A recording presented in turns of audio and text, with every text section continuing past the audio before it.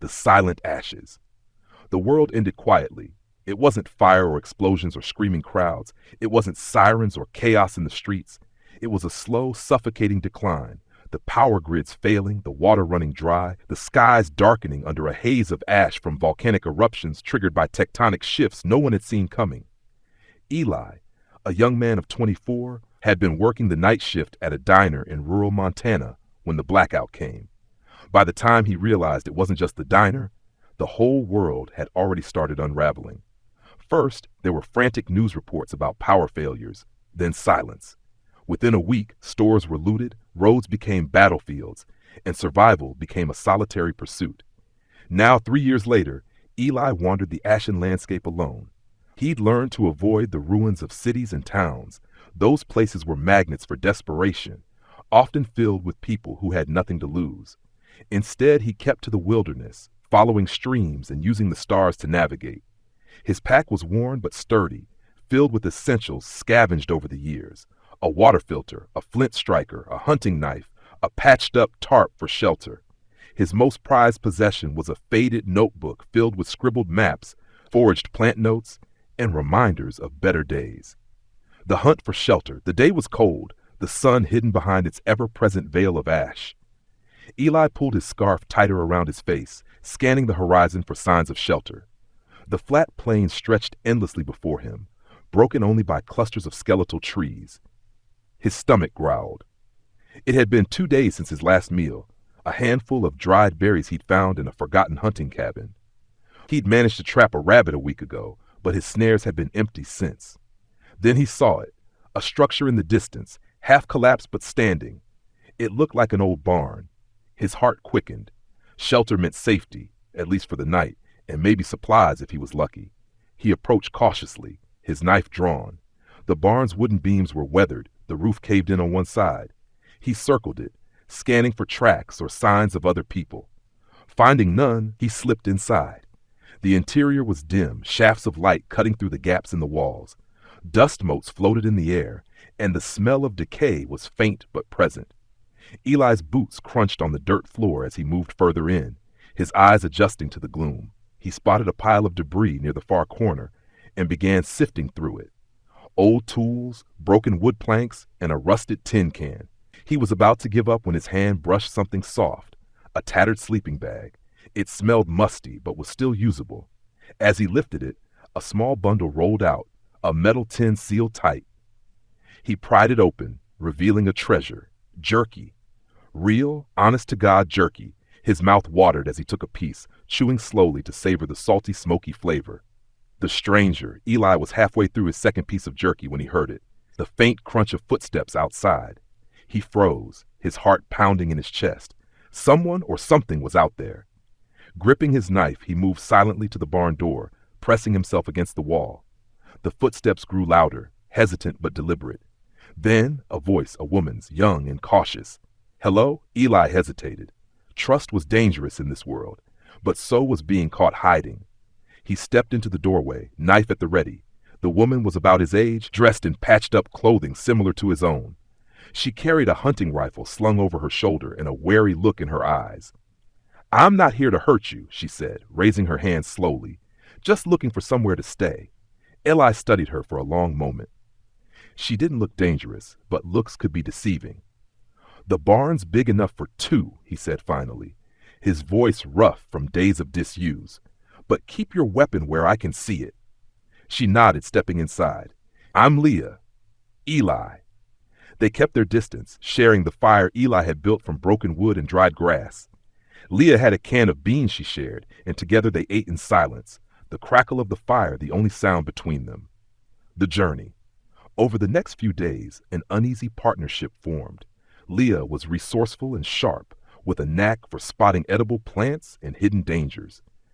Eli's survival skills and cautious nature balanced her boldness. Leah told him about a rumor she'd heard, a place far to the west, near the mountains, where people were rebuilding, a community with clean water and crops. It sounded like a fairy tale, but Eli couldn't ignore the spark of hope it ignited in his chest. "Even if it's not real," she said, "what's the alternative? Wandering until we drop dead?"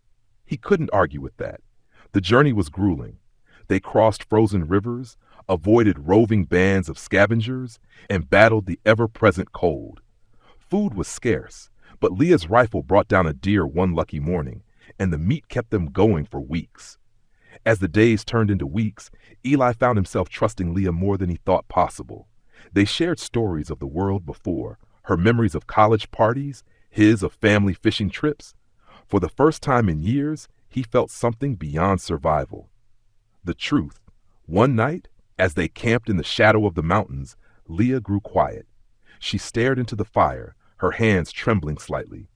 "What's wrong?" Eli asked.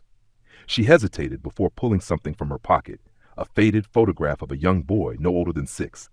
"This is my son," she said. Eli blinked, caught off guard. "I lost him when everything started. He's the reason I'm heading west. If there's even a chance he's there." Her voice broke, and she wiped her eyes angrily. Eli didn't know what to say.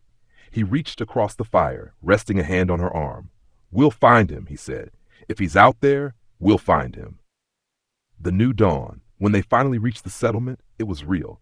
A cluster of cabins nestled in the foothills, smoke rising from chimneys and the smell of fresh bread in the air. The people were wary but kind, welcoming Eli and Leah cautiously. The settlement had rules, structure, and most importantly, hope. Leah's son wasn't there, but she didn't give up. With the settlement as their new home base, she planned to search neighboring areas, and Eli promised to help her. For the first time in years, the world felt less like a graveyard and more like something worth fighting for.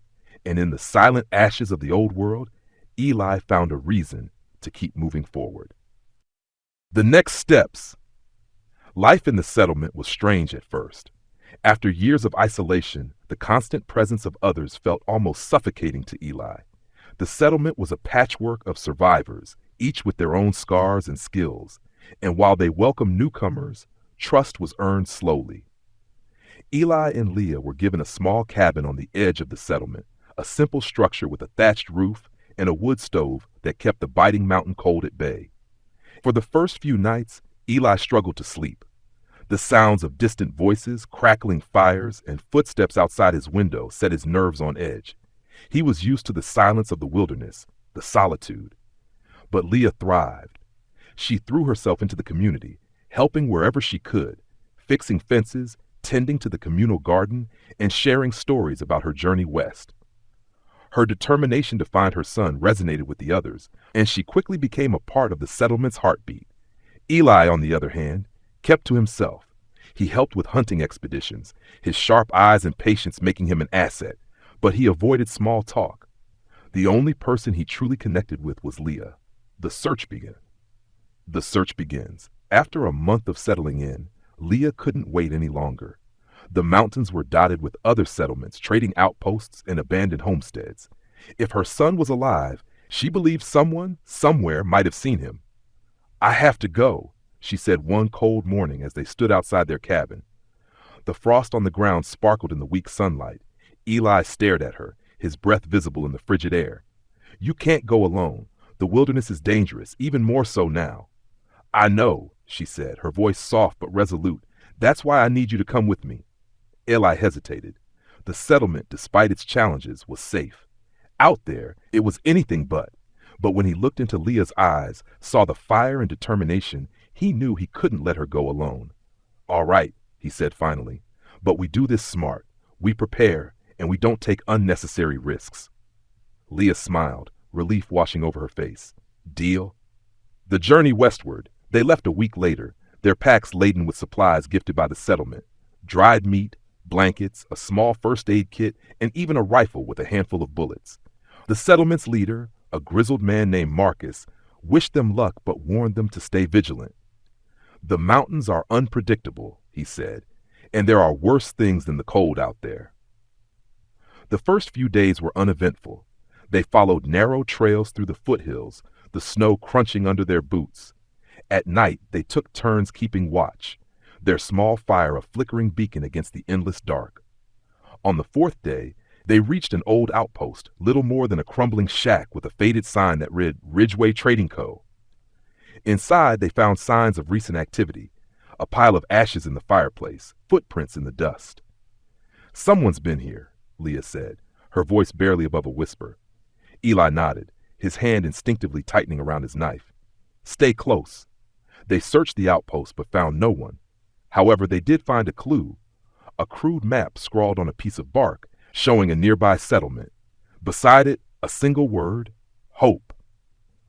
A dark encounter. They reached the settlement a day later, but it was abandoned.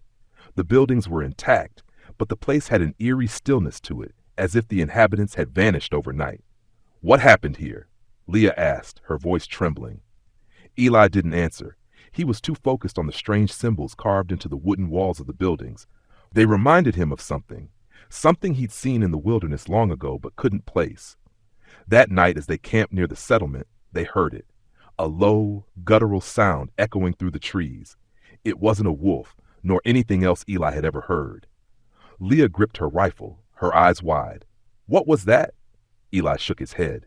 I don't know, but we're not staying to find out. They packed up quickly, their nerves frayed. The sound followed them as they moved, distant but persistent. By dawn, they were exhausted, their pace slowing as the forest thickened around them. That's when they found it, a makeshift camp hidden among the trees. It was empty but not abandoned. A fire smoldered in a pit, and a pile of belongings lay neatly stacked nearby. Someone's still here, Leah said. Or something, Eli muttered. Before they could decide what to do, a voice called out from the shadows, Drop your weapons. They froze as a figure emerged, a man, gaunt and hollow-eyed, holding a shotgun. His clothes were tattered, his face streaked with grime. Who are you? He demanded. Leah raised her hand slowly. We're just passing through. We're looking for someone. My son.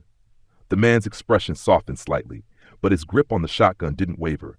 No one passes through these woods without trouble. If you're smart, you'll turn back. What's out there? Eli asked. The man's eyes darted toward the trees, his face pale.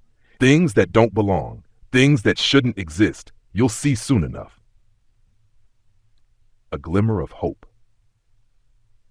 The man, who introduced himself as Sam, reluctantly allowed them to stay at his camp for the night. As they huddled around his fire, he told them about the strange creatures that had started appearing in the mountains, a new, more sinister threat. But he also spoke of a settlement farther west, one he believed had taken in children displaced during the collapse. It's a hard journey, he said, but if your boy's alive, that's where he'll be. Leah's hope flared anew, and even Eli felt a flicker of optimism. They decided to press on, despite the risks. As the fire burned low and the forest whispered around them, Eli glanced at Leah. For the first time, he saw not just determination, but something deeper, faith. And for the first time, he allowed himself to believe that maybe, just maybe, they'd find what they were looking for. The final push. Eli and Leah left Sam's camp at first light, armed with his warnings and his advice. Sam refused to join them, haunted by whatever horrors he had encountered in the forest. Instead, he gave them a few extra rounds for Leah's rifle and pointed them westward. The settlement's near the big river, he said, but stay sharp. You'll hear them before you see them. What are they? Leah asked, her voice trembling. Sam only shook his head, his hollow eyes fixed on the trees. The forest grew darker as they pressed on, the air colder. Strange markings appeared on the trees, symbols carved deep into the bark. At night, they heard the distant, guttural sound Sam had described, growing louder as they moved closer to the river. By the third day, they were running low on food and sleep. Eli noticed the way Leah's hands shook, not just from the cold, but from exhaustion. We'll make it, he assured her, though he wasn't sure if he believed it himself. The river. They reached the river at dusk. It was wide and fast-moving, its surface choked with ice. On the far bank, faint lights flickered, warm, inviting, and unmistakably human. That has to be it, Leah said, her voice breaking with relief. But between them and the light stood a bridge, a rickety old suspension bridge swaying dangerously in the wind. And as they approached, the forest behind them came alive with noise. Low growls echoed through the trees, followed by snapping branches and heavy footsteps. Eli turned, his heart pounding. Shadows moved between the trees, tall, gaunt figures with glowing eyes and grotesque, elongated limbs. Run, he shouted, grabbing Leah's arm. They sprinted onto the bridge, the wooden planks creaking beneath their weight. The creatures emerged from the forest, their movements unnatural and jerky. like puppets controlled by invisible strings. Leah fired her rifle, the crack echoing across the river. One of the creatures fell, but the others didn't even flinch. "Hurry!" Eli shouted as the bridge swayed violently under their frantic footsteps. They reached the far side just as the first creature stepped onto the bridge.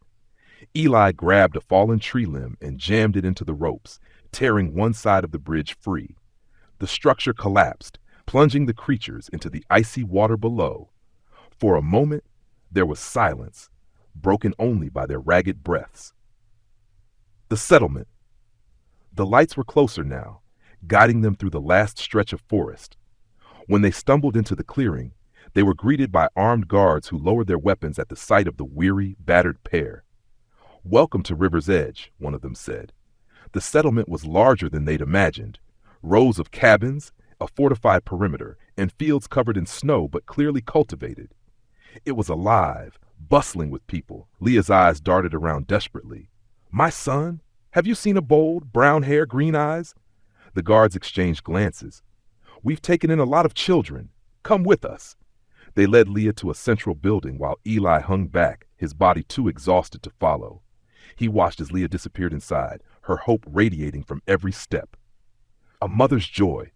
Hours passed before Leah emerged, tears streaming down her face, clutching the hand of a young boy.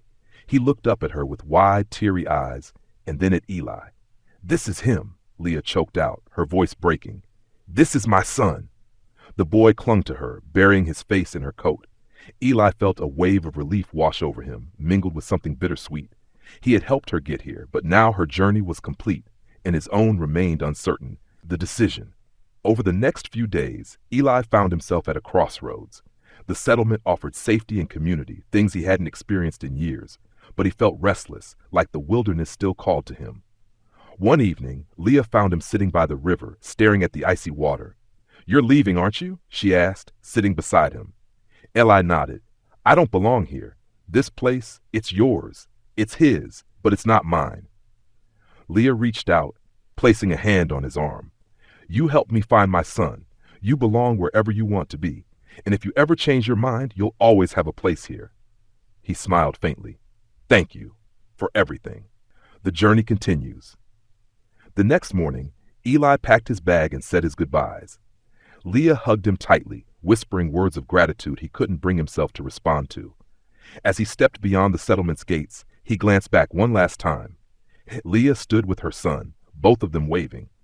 For the first time in years, Eli felt something close to peace. The wilderness stretched before him, endless and dangerous, but it was where he belonged. And as he walked into the unknown, he carried with him the memory of Leah's smile, a reminder that even in the ashes of the old world, hope could still burn bright.